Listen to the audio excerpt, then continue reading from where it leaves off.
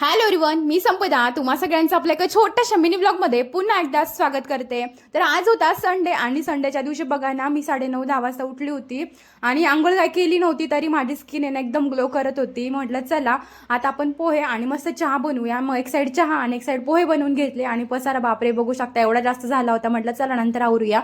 मग मस्त एका साईडला पोहे आणि चहा सोबत आणि मोबाईल मस्त बघत आहे ना एन्जॉय केले पोहे.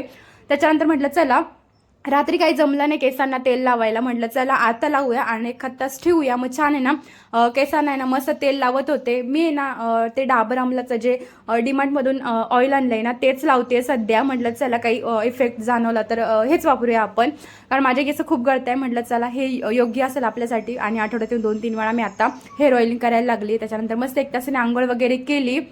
म्हटलं चला आता भूक तर नाही एवढी, मग म्हटलं चला आहोंना सरप्राईज देऊया, आपण लस्सी बनवूया. म्हटलं चला आहोंसाठी ना मस्त अशी दही होतं मस्त लस्सी बनवली छान अशी. आता बघूया आहोंकडे जाऊया आणि आहोंची रिॲक्शन बघूया काय भेटते काय नाही. चला बाबू लस्सी लस्सी हो लस्सी घ्या मित्रांनो. का त्या ग्लासने मग स्टीलच्या ग्लासमध्ये दिली, पिऊन बघ कशी झाली. मस्त आहे. एक नंबर. तू तर बनवली.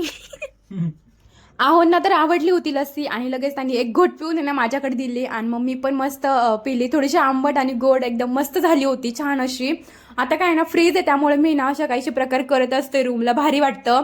त्याच्यानंतर आमच्या दोघांचा आहे ना दिवसभर टाइमपास चालू होता मोबाईलमध्ये आणि मी केस पण वाळवत होते. म्हटलं खूप थंडी वाजते, असे काहीशी केस वाळवत होते आणि त्यांच्यासोबत गप्पा मारत होते. असा काहीसा आमचा संडे गेला. तुम्हाला व्लॉग कसा वाटला कमेंटमध्ये नक्की सांगा. बाय.